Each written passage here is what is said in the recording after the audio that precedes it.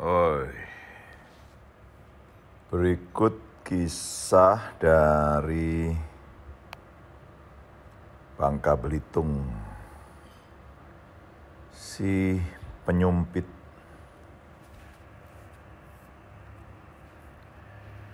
Syahdan hiduplah seorang pemuda di Pulau Bangka pada masa lampau.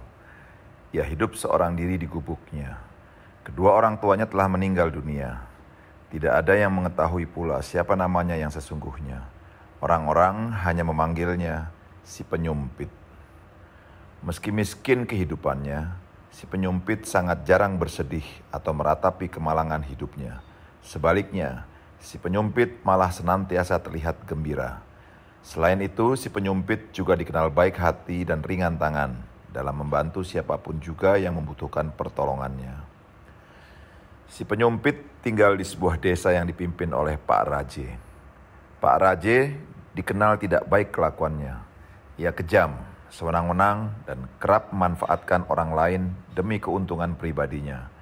Kerap kali ia meminta orang-orang untuk membantu pekerjaan di sawahnya yang sangat luas. Mereka tidak diberinya upah walau sedikit. Orang-orang pun akhirnya tidak lagi bersedia membantu Pak Raje. Pak Raje benar-benar kebingungan untuk mengerjakan sawahnya sendiri.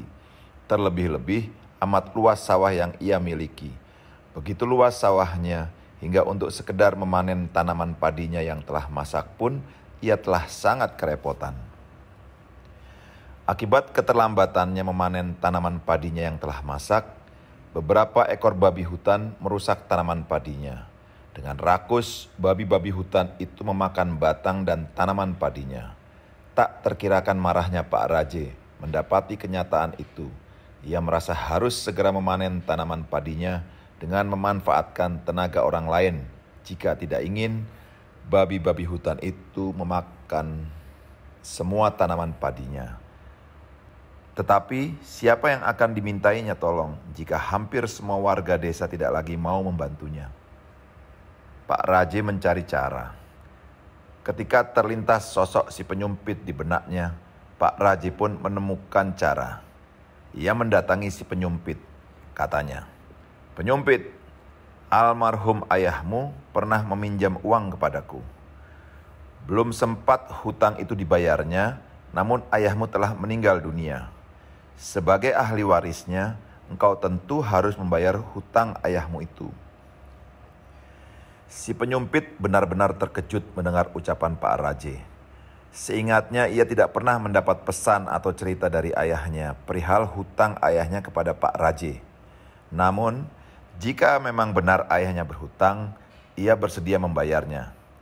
"Lantas, dengan apa saya harus membayar, Pak Raje? Bukankah Pak Raje mengetahui jika saya tidak mempunyai harta yang bisa saya gunakan untuk membayar hutang ayah saya itu?" Pak Raje tersenyum. "Engkau tidak harus membayar hutang ayahmu itu dengan harta atau uang. Cukup dengan tenagamu. Engkau hanya tinggal menunggu tanaman padiku di sawah. Maka hutang ayahmu aku anggap lunas. Bagaimana? Engkau bersedia?" Si penyumpit tentu saja menyatakan kesediaannya. Baginya, ia berkewajiban untuk membayar hutang ayahnya. Dengan senang hati ia melaksanakan perintah Pak Raje. Meski sesungguhnya ayah si penyumpit tidak pernah berhutang pada Pak Raje. Tanpa menunggu waktu lagi, si penyumpit lantas bergegas menuju sawah Pak Raje. Sesampainya di sawah, si penyumpit lalu membakar kemenyan untuk memohon restu para dewa. Tidak lupa ia memohon kepada Dewa Mantemau agar babi-babinya tidak dilepaskannya ke sawah milik Pak Raje dan berbuat kerusakan di sana. Selama 7 hari 7 malam, si penyumpit berada di sawah itu. Jika pagi hingga sore hari, ia bekerja di sawah itu, dan jika malam ia menjaga sawah itu dari serangan hewan, terutama babi-babi hutan. Kadang ia ingin beristirahat di waktu-waktu itu, namun jika diingatnya hutang almarhum ayahnya pada Pak Raje, segera dikesampingkan keinginan beristirahatnya itu. Pada suatu malam, beberapa ekor babi hutan memasuki sawah Pak Raje. Dengan tombaknya, si penyumpit segera bergerak untuk menghalau babi-babi hutan itu. Si penyumpit melontarkan tombaknya dan sempat mengenai salah satu babi hutan. Babi-babi hutan itu pun berlarian menjauhi sawah Pak Raje. Si penyumpit berusaha mencari tahu kemana babi-babi hutan itu melarikan diri. Melalui ceceran darah babi hutan yang berhasil ditombaknya, si penyumpit terus mengikuti pelarian babi-babi hutan perusak tanaman padi di sawah Pak Raje. Sampailah ia di hutan. Terperanjat si penyumpit setelah mengetahui dirinya berada di perkampungan babi hutan di hutan itu. Seekor babi hutan besar mendadak menghadangnya, dan puluhan babi hutan lainnya mengepung si penyumpit. Sepertinya mereka tidak berniat menyerang si penyumpit.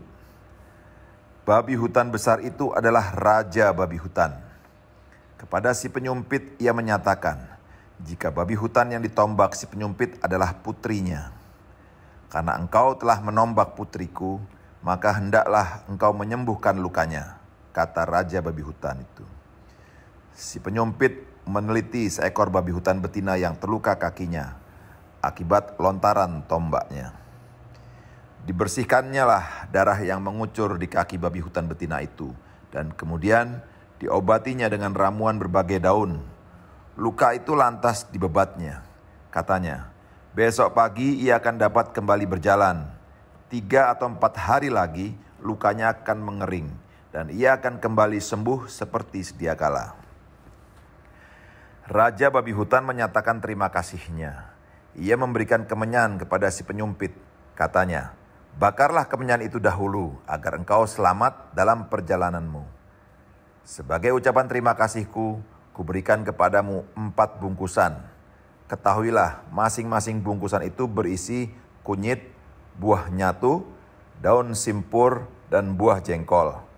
Pesanku, sekali-kali jangan engkau buka 4 bungkusan itu hingga engkau tiba kembali ke rumahmu. Ingatlah baik-baik pesanku ini. Si penyumpit segera pulang setelah membakar kemenyan. Pesan Raja Babi Hutan diingatnya baik-baik. 4 bungkusan itu tidak dibukanya dan baru dibukanya setibanya ia di gubuknya. Terperanjatlah si penyumpit ketika mendapati isi masing-masing bungkusan pemberian Raja Babi Hutan itu. Isinya bukan kunyit, buah nyatu, daun simpur, dan buah jengkol, melainkan emas, permata, intan, dan berlian. Si penyumpit menjadi kaya raya karena banyaknya barang-barang berharga yang dimilikinya. Dibayarnya hutang ayahnya kepada Pak Raja. Meski sesungguhnya hutang itu hanya tipu daya Pak Raja untuk mendapatkan tenaga si penyumpit secara percuma. Pak Raja sangat keheranan mendapati si penyumpit berubah menjadi kaya raya dalam waktu sekejap. Penyumpit, dari mana semua harta kekayaanmu itu berasal? Dengan jujur, si penyumpit menceritakan kejadian yang dialaminya yang membuatnya dapat menjadi orang yang kaya raya. Cerita si penyumpit menarik minat Pak Raje untuk melakukan hal yang sama seperti yang dilakukan si penyumpit. Semua yang dilakukan si penyumpit akhirnya bisa dilakukannya pula. Ia berhasil menombak seekor babi hutan, mengikuti hingga akhirnya tiba di perkampungan babi hutan, bertemu dengan Raja Babi Hutan dan mengobati luka yang dialami babi hutan karena lontaran tombaknya. Setelah mengobati babi hutan, Pak Raje tidak segera pulang seperti yang diperbuat si penyumpit, melainkan tertidur. Terperanjatlah Pak Raje ketika bangun. Puluhan babi hutan menyerangnya dengan ganas hingga ia terluka parah karenanya. Beruntung ia bisa pulang meski harus merangkak akibat luka parah yang dideritanya. Pak Raje mengutus anaknya untuk meminta tolong pada si penyumpit untuk mengobati dirinya. Si penyumpit sangat kasihan melihat kondisi luka yang dialami Pak Raje. Ia berniat menolong meski tidak mengetahui obat untuk menyembuhkan luka parah yang dialami Pak Raje. Si penyumpit lantas berdoa dan memohon agar Dewa Mantemau berkenan memberikan cara baginya untuk menyembuhkan. Melalui bisikan gaib yang didengarnya, si penyumpit akhirnya mengetahui cara menyembuhkan luka parah yang dialami Pak Raje. Ia mengambil 7 helai daun tertentu, membakar kemenyan, dan membaca mantra di depan Pak Raje yang tengah terbaring. Asap kemenyan mengepul melingkupi tubuh Pak Raje. Keajaiban pun terjadi. Setelah asap kemenyan itu menghilang, tubuh Pak Raje kembali sembuh. semua luka-luka di tubuhnya menghilang. Pak Raje pun sadar atas semua kesalahan dan perilakunya yang buruk selama itu. Ia bertobat, ia meminta maaf kepada si penyumpit dan juga orang-orang yang pernah diperdayanya. Pak Raje berubah menjadi orang yang baik dan ia menjalankan tugasnya selaku kepala desa dengan baik. Si penyumpit dan segenap warga desa merasa gembira dan berbahagia mengetahui perubahan yang baik pada diri kepala desa mereka. Kehidupan warga desa pun berangsur-angsur membaik dipimpin Pak Raje yang telah insaf itu. Pak Raje sangat berterima kasih kepada si penyumpit atas pertolongannya. Katanya, "Jika engkau mau, engkau akan kunikahkan dengan putri bungsuku." Si penyumpit bersedia menikah dengan putri bungsu Pak Raje. Pesta pernikahan mereka berlangsung semarak. Dihadiri segenap warga dengan sukacita. Si penyumpit pun hidup berbahagia bersama istrinya. Pak Raje juga menyerahkan jabatannya selaku kepala desa kepada si penyumpit. Desa itu bertambah maju dan warganya kian sejahtera setelah si penyumpit menjadi kepala desa. Pesan moral dari kisah ini adalah kebaikan dan kebenaran akan mengalahkan keburukan dan kejahatan. Orang yang baik akan menuai kebaikannya di kemudian hari dan orang yang jahat pun akan menuai kejahatannya di kemudian hari.